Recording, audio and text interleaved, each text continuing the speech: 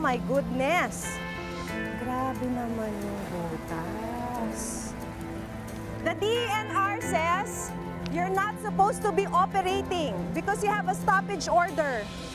To mine here is not allowed because this is a prohibited area. Why are you mining here? Why are you extracting sand here?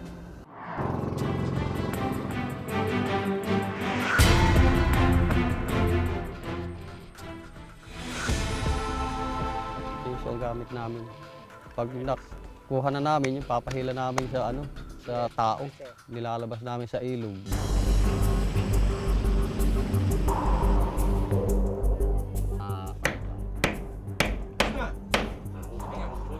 Hihilahin lang dito. Hindi pa lulus. Ayan ho, ang kahoy. Napakarami hong kahoy dito.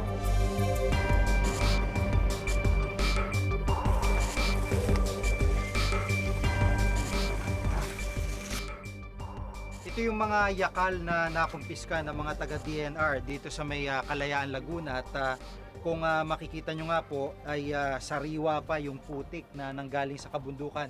Itong mga kahoy na ito, sa bandang dulo nila akala mo mga lapis na tinasahan at nilagyan ng butas. Dito nilalagay naman itong mga panghila, itong mga yoke ng kalabaw.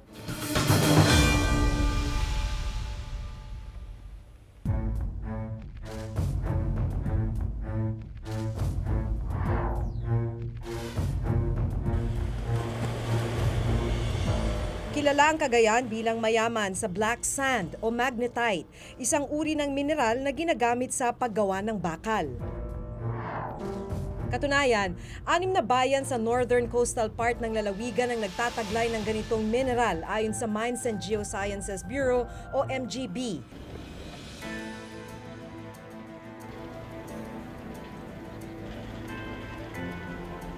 Sa datos ng MGB, may 26 na kumpanya at individual ang nabigyan ng permisong mag-extract ng gravel and sand. Kapag dumaan sa refinery, magiging magnetite o black sand ang nahukay na gravel at sand. Pero ang paghukay nito ay pinapayagan lamang sa inland at hindi sa dalampasigan o coastline ng Cagayan. Una naming tinungo ang bayan ng Gonzaga. Pagdating namin sa lugar nitong nakaraang Martes, inabutan naming naghuhukay ng buhangin ng backhoe na ito sa mismong dalampasigan na sakop ng Gonzaga. Pag-aari ang backhoe ng Liansing Corporation, isang Taiwanese mining company.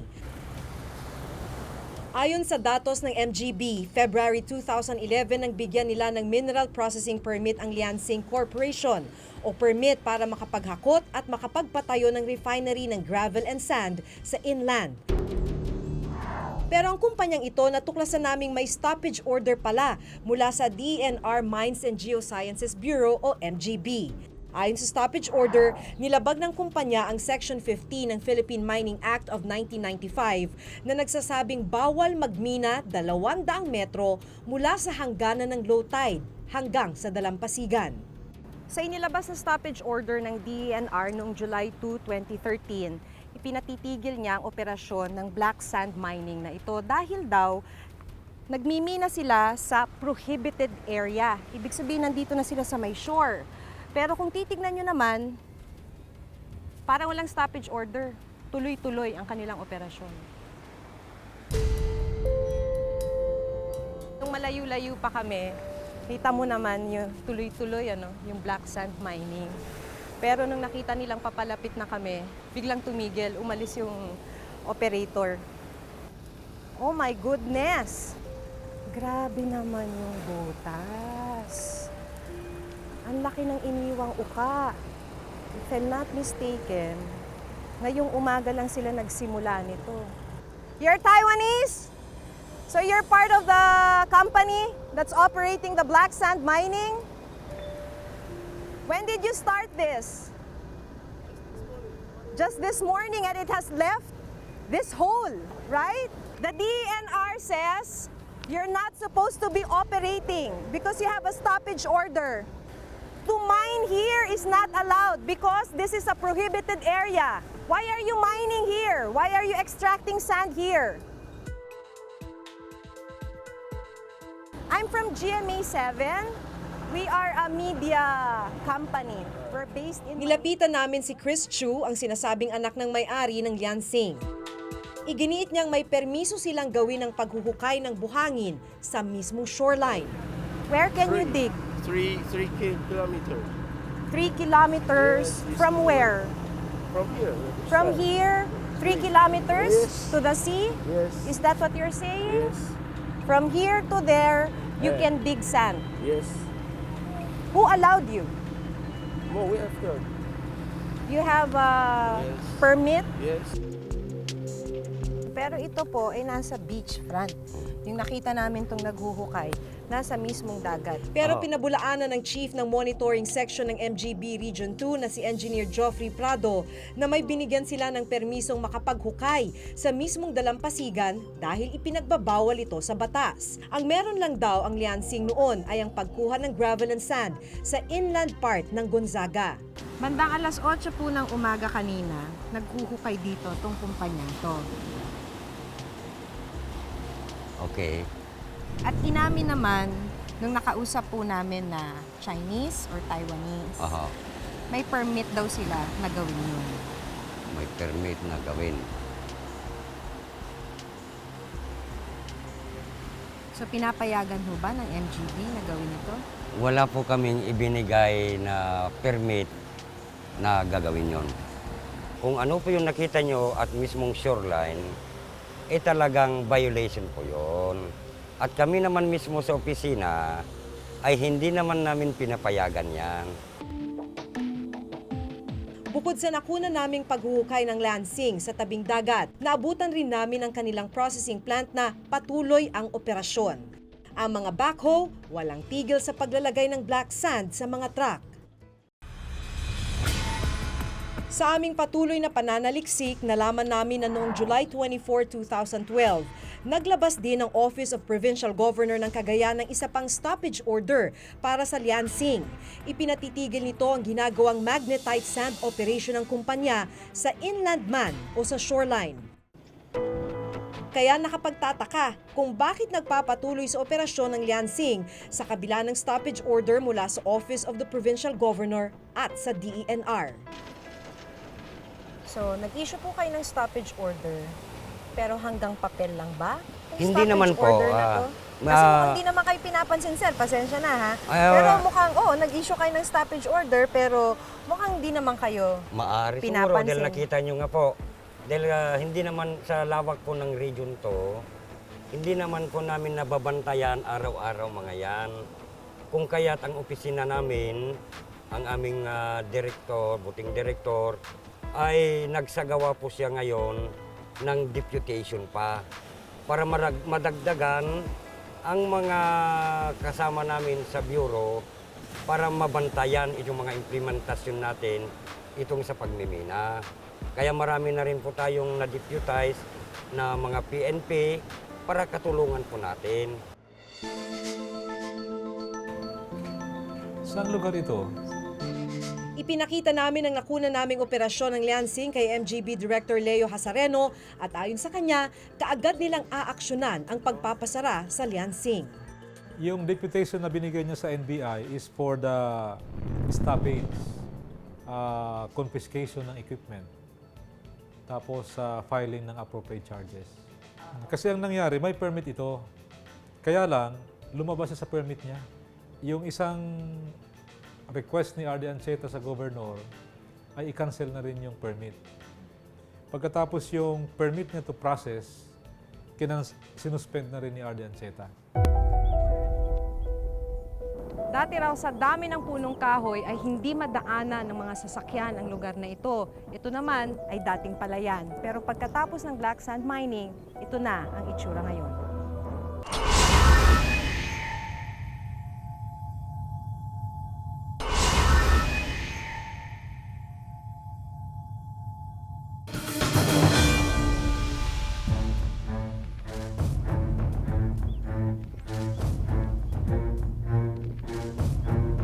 Gandang hapon. Ano yung itsura nito dati bago mag-black sand mining? Inilahad sa amin ni Mang George Rostales, residente ng Barangay Kasitan sa bayan ng Gonzaga, ang epekto ng pagmimina sa kanilang lugar. Dati raw sa dami ng punong kahoy ay hindi madaanan ng mga sasakyan ang lugar na ito. Ito naman ay dating palayan. Pero pagkatapos ng black sand mining, ito na ang itsura ngayon. Ayon sa grupong kalikasan na nagsagawa ng pag-aaral tungkol sa epekto ng black sand mining sa Cagayan, ang pagmimina ng black sand o magnetite mula noong 2006 sa lalawigan ay nagdulot raw ng malaking pinsala, hindi lang sa kalikasan, kundi maging sa kabuhayan ng ilang residente. Ibig sabihin, mas loose yung lupa mo, mas malambot, mas magaang kesa sa dati na meron siyang magnetite. At tama yung observation nila na mas lumalambot. Mas kung dati-rati kaya mong dumaan doon sa tabing dagat, alam mo, kahit sasakyan, pag dumadaan ka na, hindi na kaya dahil lumulubog na. Black sand mining operation na results to massive erosion. Kasi inalis mo na nga no, particularly yung tinatawag na sand dunes. No? Ito yung mga parang maliliit na hills o parang mga bulubundukin na mabababang bulubundukin sa tabing dagat na nag-serve as a natural barriers doon sa dagat para hindi magbaha.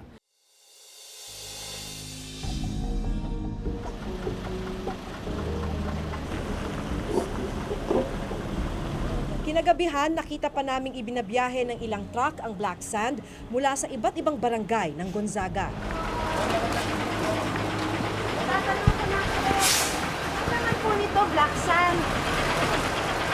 Black sand po yung laman. Opo. Saan po pupunta? Dito sa Santa Ana po. Sa Pierna. At tapos isasakay na po siya. Anong pangalan ng kumpanya? Wasya ho yan. Wasya. Washa. Opo. Pangalan po ng kumpanya, Washa. Opo. Ang higit na nakapagtataka, may stoppage order din pala mula sa Office of the Governor ang Washa Mining and Development Corporation. Ang mga black sand na hinakot mula sa bayan ng Gonzaga, dinadala dito sa Port Irene para naman maisakay sa mga barko at karaniwan, gabi nila ito ginagawa. Cannot export illegal because they should have all secured this permit. Itong paid taxes, dapat may papakita sa amin yun, extraction permit, authority to load. Now, if there is illegal, dun sa source yun, hindi namin alam because there is no mining naman sa Santa Ana. So, ang makakaalam kung merong illegal mining is the local government unit.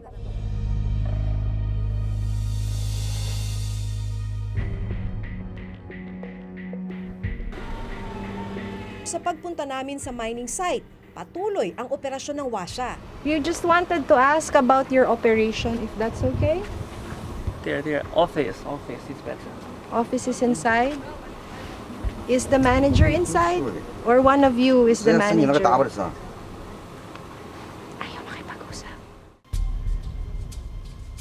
Mahigit kalahating oras na biyahe mula Gonzaga, matatagpuan naman ang bayan ng Bugey. Dito matatagpuan ang iba pang minahan ng magnetite.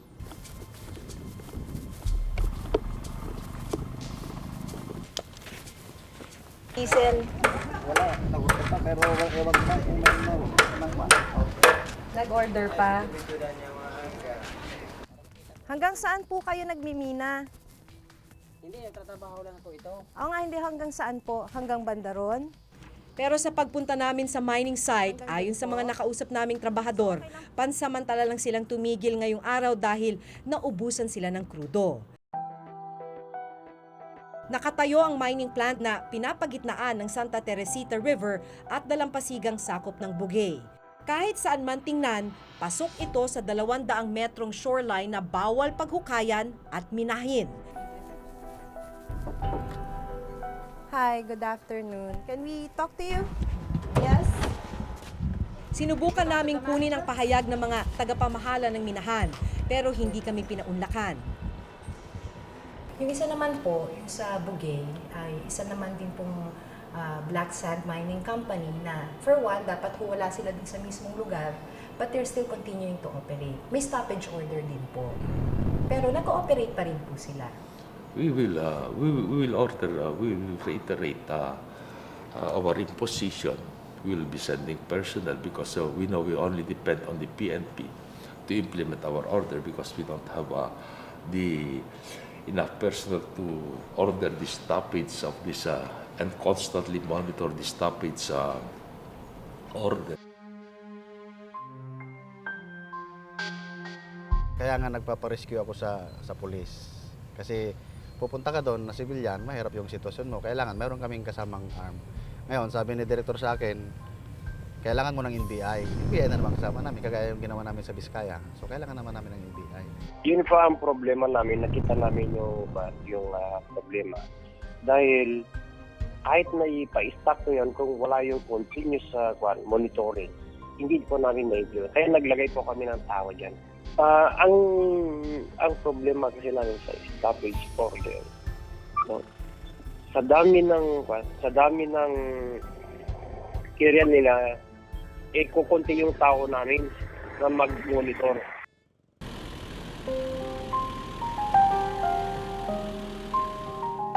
Mula Bugey, tinungo namin ang bayan ng Apari.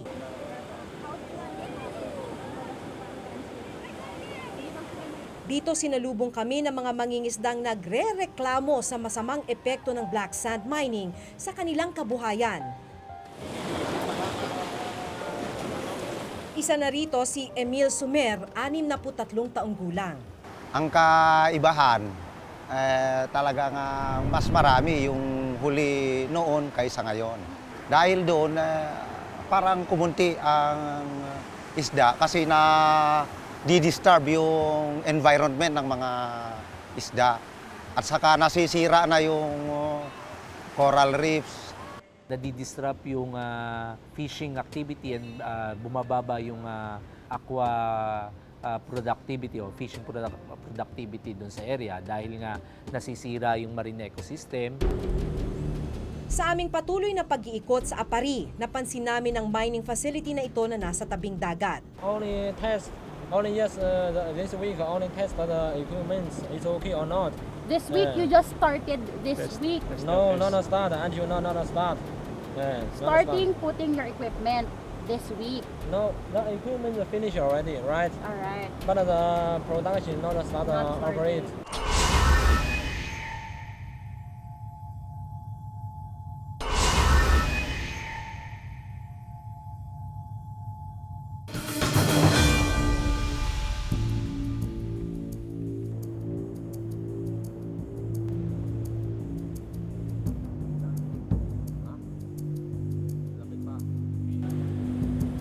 Sa aming patuloy na pag-iikot sa Apari, napansin namin ang mining facility na ito na nasa tabing dagat.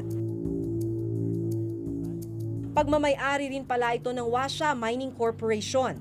Pero ang nakapagtataka sa listahan na ibinigay ng MGB, lumalabas na wala pa silang permit na makapagpatayo ng kahit anong istruktura o mag-operate ng kahit anong kagamitan dito sa Barangay Dodan, Apari, dahil hindi pa naaprubahan ng application for permit nila.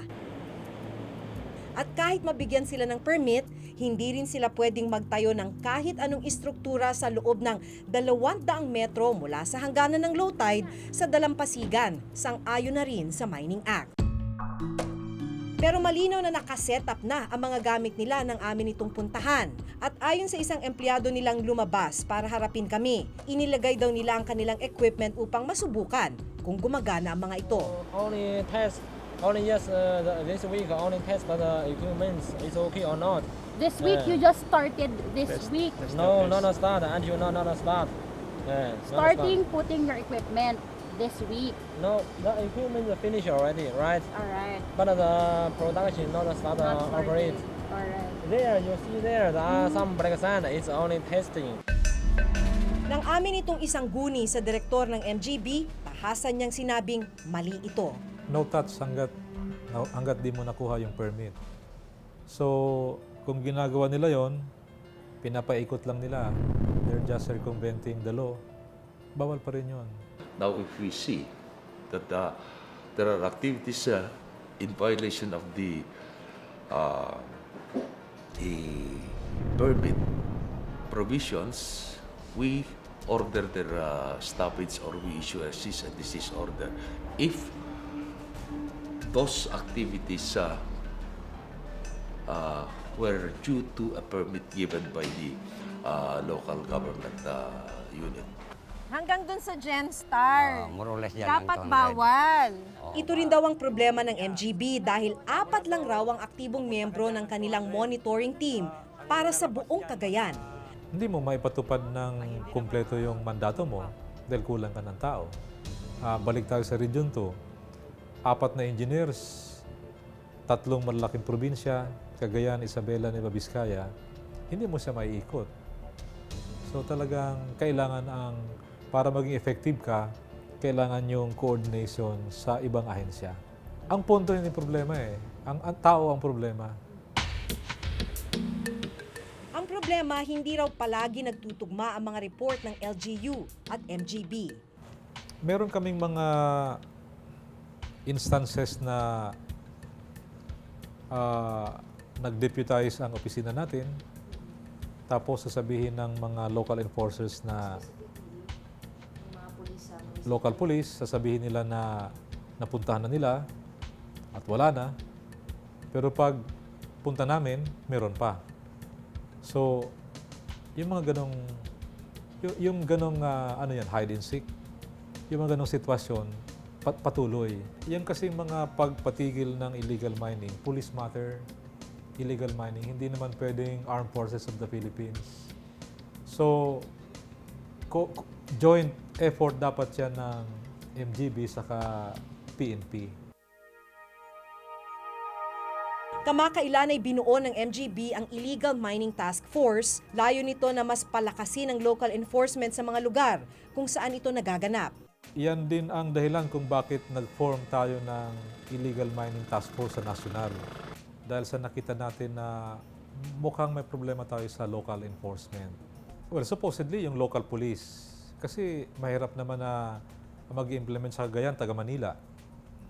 Pero kung may problema tayong ganyan, at nakita na yan ng national government, nag-form na tayo ng Task Force on Illegal Mining. Ito ay composed ng DILG, DNR, Armed Forces of the Philippines. So, meron itong mandato na magsama-sama, i-pool yung kanilang resources para mapalakas yung pagbantay. Malaki ang perang ipinapasok ng black sand mining sa lalawigan ng Cagayan. Ayon kay Governor Antonio, noong nakaraang taon, umabot sa 70 milyon ang pumasok na kita sa probinsya mula sa black sand mining. Saan po napunta? Sa probinsya, sa municipalities at sa mga barangays. And you can check with our provincial treasurer where this money went. We could give you a list of the projects funded by this by taxes of mining. You can see Gonzaga. Gonzaga was a small, sleepy town before. Now it has become a first-class municipality. Ang Bugay po? Ang Bugay, it is now in the process because ang activities ng Bugay only started about last year and they are now beginning to improve yung mga infra nila doon. Pero kung babalikan ang mga naging pahayag ng ilang residente sa Apari, ayon mismo sa kanila, wala pang maayos na daan na naitatayo sa kanilang lugar.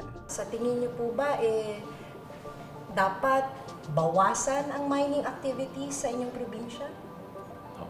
So long as it's within the bounds of law. I was not the one, I'm not responsible for the passage of the Mining Act of 1996. And so long as all the provisions of that law is complied with, I have no alternative but to issue the said permit. So long as the mining provisions allowing mining is are complied with, I will issue the permit for them to operate. We rely on mining to have funds for the province to implement its plans and its projects, programs, and if this will be totally stopped, we will have to balance it. Kasi you cannot just outrightly also stop. If they will comply with the our stoppage order and stop their illegal activities, we'll take in consideration that matter. But once there's a blatant violation and constant violation of these provisions of their permit, we will stop it. We will cancel their permit. Bukod sa 3 napuntahan namin, sa kabuuan 8 kumpanya ang may stoppage order mula sa Office of the Governor. Ang iba raw tumigil na, pero ang malaking tanong, may babalik pa ba ang pinsalang idinulot nila sa pagmimina sa mga prohibited area? Ako si Maki Pulido at ito ang nakatala sa aking Reporter's Notebook.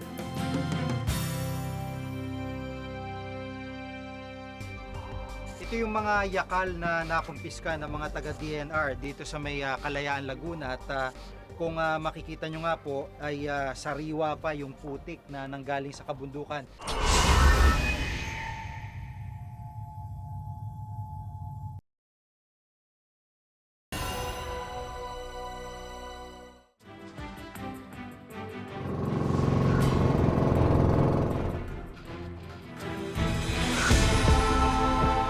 Ang gamit namin. Pag nakuha na namin, yung papahila namin sa sa tao. Nilalabas namin sa ilog.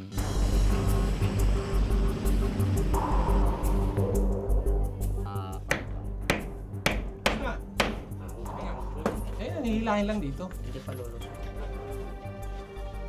Ayan ho, ang kahoy. Napakarami hong kahoy dito.